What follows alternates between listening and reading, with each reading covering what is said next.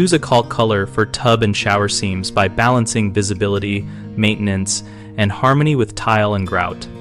Start by assessing the dominant color and texture in the shower space and the grout tone, because those determine whether the seam should blend or contrast.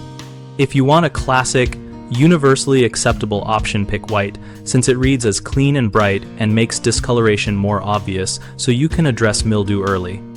For a seamless, high-end look, match the caulk to the grout color.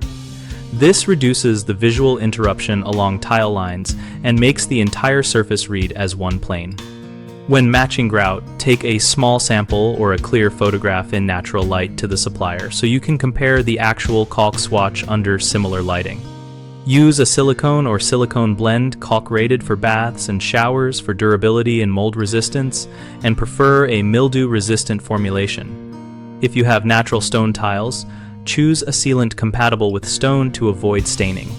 Test a small bead in an inconspicuous corner to verify color after curing, since some caulks dry slightly darker or lighter than the wet sample.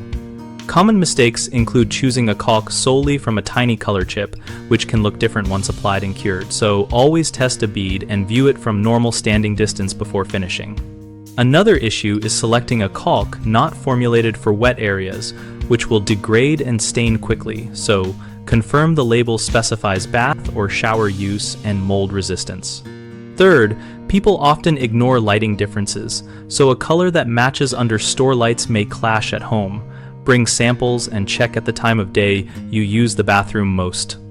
BigHomeProjects.com connects homeowners with local contractors through searchable profiles and community discussions where we swap real-world experiences about finishes and materials. We help contractors find work by letting them engage with potential clients and contribute to the discussion community, so trust and familiarity grow over time.